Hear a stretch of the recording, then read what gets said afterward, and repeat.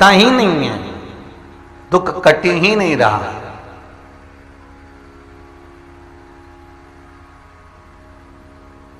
मान लो कोई ऐसा दुख आ ही गया कि वो कटने का नाम ही नहीं ले रहा, बहुत हार चुके हम जिंदगी से, वो कट ही नहीं रहा। थोड़ा ठीक होता फिर दुख आता, फिर ठीक होता फिर दुख आता। तो शिव और शक्ति का स्मरण करो। बेलपत्री के पेड़ के नीचे जब भी घी का दिया लगाने जाओ तो 2 बाती एक ही दिए के अंदर, एक चावल का दाना उसमें डालकर अपनी कामना कर कर फिर जलाओ। 3 या 4 सोमवार करके देख लो क्या जा रहा है। अगर मान लो कोई दुख ऐसा है कि वो कटने का नाम ही नहीं ले रहा है, कट ही नहीं रहा है, कभी कुछ तकलीफ कभी कुछ, तो बाबा का, शिव और सती का, शिव और पार्वती का, शिव शक्ति का, शिव अन्नपूर्णा का स्मरण कर कर लगाओ। बहुत ध्यान देना, इसको अपनी जिंदगी में लिख कर रखना। शिव महापुराण की कथा कहती है आपको सुख का अनुभव हो जाएगा। कार्य सिद्ध। जिंदगी में कभी संपदा कम नहीं हो सकती, संपदा बढ़ती चली जाती है। संपदा घट नहीं सकती, बढ़ेगी पर घटेगी, कष्ट नहीं आ सकता, रोग बीमारी तकलीफ नहीं आ सकती। आपके लिए तो लाभदायक है, समझ लो ये कथा। शास्त्र कहता है कि जिसके घर में संपदा की कमी हो, पैसा आ ही नहीं रहा हो, सब दूर उलझ गया हो, बहुत टेंशन चल रहा हो, पंचमी तिथि के दिन गन्ने का रस, गन्ने का रस जानते हो, ईख का रस, गन्ने का रस तुलसी जी के क्यारे में हाथ में लेकर 7 बार अपना नाम और गोत्र बोलकर छोड़ दो। जिंदगी में 3 साल में तो करोड़पति बनकर बैठ जाओगे, कभी लक्ष्मी की कमी नहीं आ सकती। तैयारी में बैठे रहोगे कि फिर पंचमी तिथि आए, फिर मैं गन्ने का रस डाल। जिसके नयन जा रहे हो, रोशनी कम होती चली जा रही हो, रोशनी जाती जाए, महाराज शिव की उपासना, शंकर की उपासना।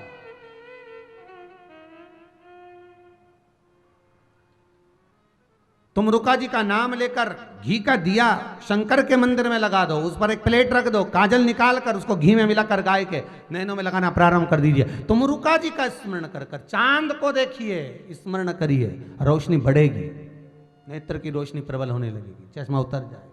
तुम रुका नाम कोई साधारण है, जो शंकर की कथा कर तत्व ग्रहण करा रहे हैं, आनंद भाव जो दे रहे हैं।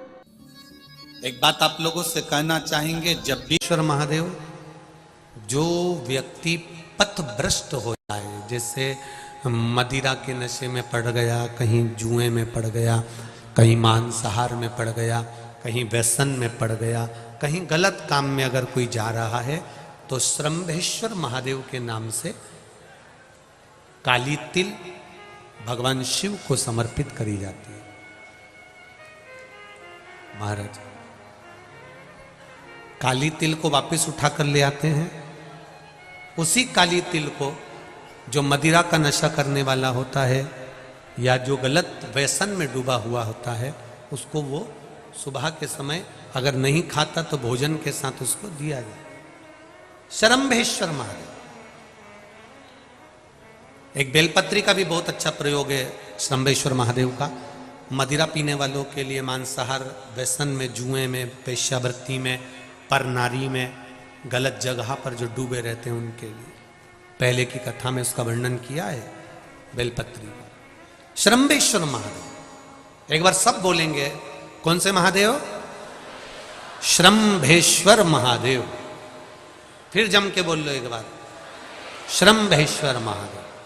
जब हमारे घर में क्रोध बढ़ता है या कोई गलत कार्य में जाने लगता है, तो श्रंभेश्वर महादेव का हमें शरणागति लेना चाहिए, श्रंभेश्वर महादेव का पूजन करना चालू कर देना चाहिए। कई लोग कहते हैं महाराज जी ये श्रंभेश्वर महादेव का मंदिर कहाँ मिलेगा, हम कहाँ पूजन करने जाए? कहीं नहीं जाना, तुम्हारे घर के पास में जो शंकर जी का मंदिर है वहीं जाओ, उसी देवालय में, उसी मंदिर में जाओ, श्रंभेश्वर महादेव के नाम से जल चढ़ाना प्रारंभ करेंगे। वो जल जो गलत संगत में पड़ा हुआ है उसका आचमन कराना प्रारंभ करेंगे, अपने आप उसकी धीरे धीरे बुद्धि सुधरना प्रारंभ हो जाएगी। ऐसा श्रंभेश्वर महादेव का चंदन की जो शिला होती थी, देखा है आप लोगों ने? किस किस ने देखा? वो चंदन को घिसने का एक पट्टा होता है छोटा सा, उसकी जो शिला होती है,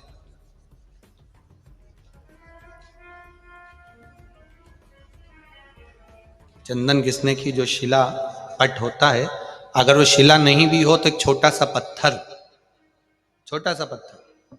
हमारे यहां बहुत सुंदर भाव कहा गया है, मान लो शिला नहीं भी है, छोटा सा चंदन का टुकड़ा यदि तुम्हारे घर में है और तुम रोज प्रतिदिन, मान लो घर में घिसा हुआ डब्बी का भी चंदन है, तो भी घर की बहू, बेटी, बेटा, परिवार का कोई सदस्य घर के अंदर चंदन के उस पत्थर पर चंदन को अगर 7 बार, 5 बार, 4 बार या उसको 2-4 बार रगड़ देता है, तो उसके घर में कभी कर्जे का क्रम नहीं होता, कर्जा नहीं बढ़ता, कर्जे से वो निवृत्त होता है। पर वो चंदन का पट घिसना होना चाहिए। जिसके यहां पर केवल रखा रहता है, केवल रखा है, तो किसी ना किसी कारण पर से गाड़ी ले ली, उसका कर्जा हो गया, मकान बना लिया, उसका कर्जा हो गया, ये हो गया, उसका। उस चंदन के पट पर पानी डलना जरूरी है, भले 2 बूंद डले और एक बार ही उसमें रगड़ा लगे, तो वो कर्जे को मुक्त करता, वो कर्जे को समाप्त करता। और उस पे लगा हुआ चंदन का थोड़ा सा भाग घर में अगर शिवालय हो, घर में शंकर जी का शिवलिंग हो, उस पे लगा दो। और अगर नहीं हो तो उसी चंदन को जब आप किसी कलश में जल लेकर जाओ, उसी कलश पर लगाकर चंदन को लेकर जाओ और शिव जी को समर्पित कर कर आओ। चंदन लगने से ही कर्जे की मुक्ति होती है, कर्जा समाप्त होता है, वो कर्जा रहता नहीं। शंकर का अनुमोदन करते जाओ, शिव का स्मरण करते जाओ, भगवान की भक्ति को धारण करते जाओ, आगे बढ़ते जाओ। एक बात याद रखना, अगर किसी एग्जाम में बैठ रहे हो, बहुत बार बैठ चुके हो, नहीं हो रहा, तो कच्चे दूध में थोड़ी सी काली मिर्च को पीस कर डाल लीजिए। फिर काली मिर्च आ गई, ध्यान रख, कच्चे दूध में थोड़ी सी काली मिर्ची को पीस कर डाल लीजिए। महाराज, थोड़ा सा कच्चा दूध बेलपत्री के पेड़ के नीचे समर्पित कर दीजिए, अपना नाम और गोत्र बोलकर। थोड़ा सा कच्चा दूध उसी में से शंकर भगवान को चढ़ा दीजिए। फिर एक कलश जल का साथ लेकर जाइए, जो शंकर भगवान पर जल चढ़ा कर आइए। फिर जिस एग्जाम में जा रहे हो उसमें आप चले जाइए, बाबा आपको सफलता प्रदान करेगा ही, ये पक्का। काली मिर्च शत्रुओं का नाश करती है,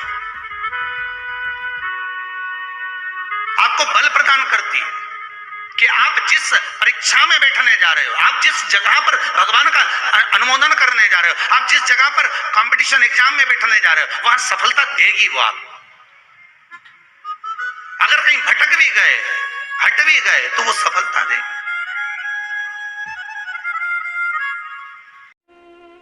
एक परीक्षा में बैठने वाला व्यक्ति, एक परीक्षा में बैठने वाला लड़का लड़की, कोई एग्जाम में बैठ रहे हैं, कोई परीक्षा में बैठ रहे हैं और वो एग्जाम निकल नहीं रहा, तो गाय के दोनों सींगों के अग्रभाग, ऊपर का भाग, उसको हमारे यहां कैलाश पर्वत माना गया, उस पर शहद लगाकर,